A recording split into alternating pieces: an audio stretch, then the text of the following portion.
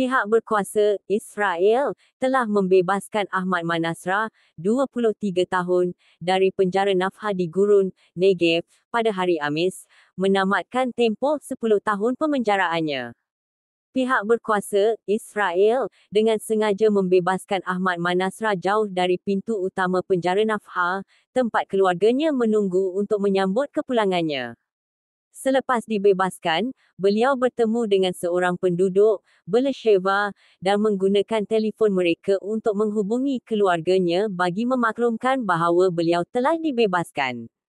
Peguam Ahmad Manasra menyatakan bahawa anak guamnya dibebaskan dalam keadaan mental yang sangat rapuh, setelah mengalami penyiksaan dan kurungan bersendirian sejak tahun 2021 sehingga permulaan perang semasa. Beliau turut menambah bahawa Manasra telah dikenakan layanan keras dan tindakan hukuman yang sama seperti yang dikenakan terhadap tahanan lain sepanjang konflik. Perisikan, Israel, turut memberi amaran kepada keluarga Manasra agar tidak meraihkan kepulangannya, tambah peguam itu.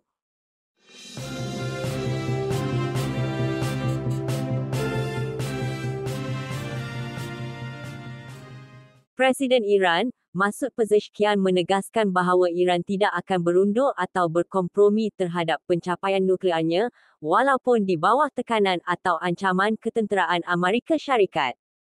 Dalam Majlis Hari Teknologi Nuklear Kebangsaan, beliau berkata Iran mahukan keamanan dan dialog bermaruah, tetapi pencapaian negara tetap akan dipertahankan. Iran juga tidak mencari perang, namun akan mempertahankan diri daripada sebarang pencerobohan.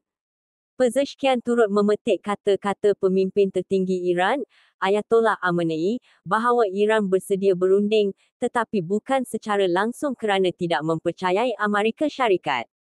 Iran dijangka mengadakan rundingan nuklear dengan wakil Amerika di Oman. Tujuan utama, penghapusan sekatan ekonomi ke atas Tehran. Menteri Luar, Abbas Araghchi menyatakan rundingan ini adalah peluang untuk menguji keikhlasan Amerika yang selama ini dilihat tidak komited dan cenderung bertindak secara unilateral. Iran menegaskan tidak mahu membina bom nuklear, malah terbuka menerima pelabur dari seluruh dunia, termasuk dari Amerika, asalkan bukan dengan niat campur tangan atau menukar rejim.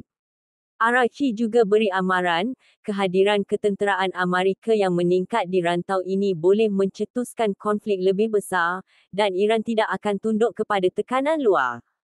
Kesimpulannya, Iran berpegang pada prinsip, damai melalui kekuatan, bukan melalui paksaan.